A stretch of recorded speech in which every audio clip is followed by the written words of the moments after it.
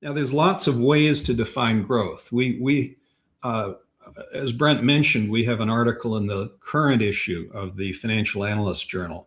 And by the way, it's the most downloaded article. It was only released a couple weeks ago, and it's already had 3,000 downloads. It's the most downloaded article this year to date. It's, I think, important work. But there's a lot of ways to define growth. You can define it in terms of income statement. How's the sales growth? How's the profit growth? We thought, there's another characteristic of growth stocks, and that's spending on R&D. It's really interesting. If you look at Amazon famously, in its first 10 years as a public company, never turned a profit. But that was because of R&D spending. If you looked at their EBITDA minus R&D spending, they were profitable in year 3. Very cool. But they weren't profitable because they were issuing new stock or borrowing and spending on R&D. And that laid the foundation for the stupendous quarter century of growth. All right. So how do you define R&D spending? Do you want to define it in terms of the magnitude? No, we define it in terms of the rate of growth, same as we do for profit, same as we do for sales.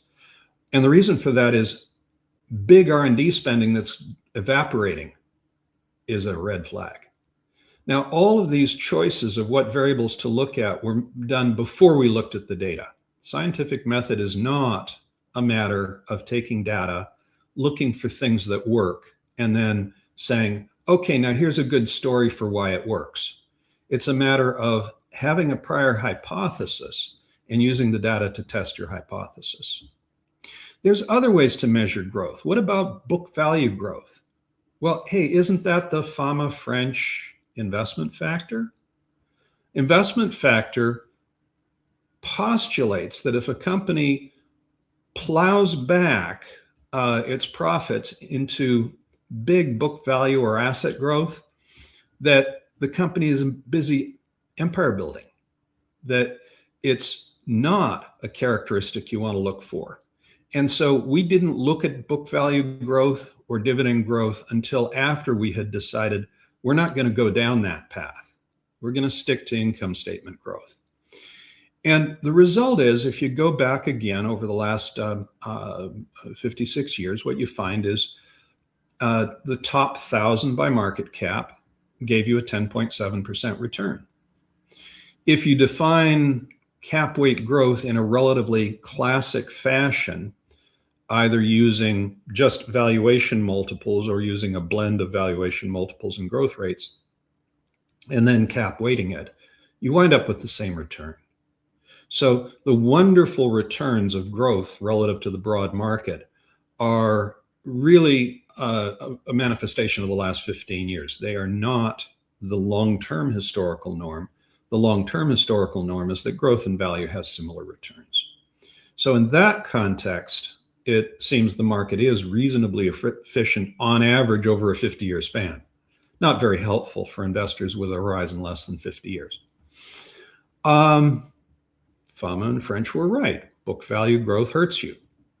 Dividend growth sure doesn't help you. Sales growth, that matters. Profit growth, that matters. R&D growth, that matters. Now, in each of these, we have a separate gradation. Take that top 1,000 by market cap. And by the way, why are we not using Russell 1000 or S&P 500 here? We're respectful of their intellectual property, and Russell doesn't go back far enough. So we simply take what we call True Cap 1000 once a year. What are the 1,000 largest market cap stocks? This has a 99.7% correlation with Russell 1000. It's basically the same thing. But we want to respect their IP, and so we don't actually replicate their results. It's the returns over the time that they've would both have been live. You find that the annualized return is less than 10 basis points difference. So it's basically the same thing.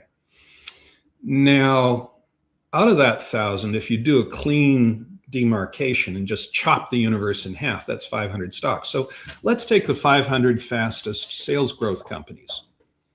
Pretty cool. You're adding 110 basis points. Profit growth, you're adding 60 basis points. R&D growth, you're adding 80 basis points. These are meaningful increments to return. Let's say you're a little more aggressive and you say, ooh, I want the top quintile.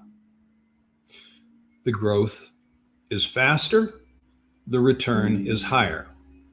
Let's say you want to be really hyper growth. We're going to go with the top 100.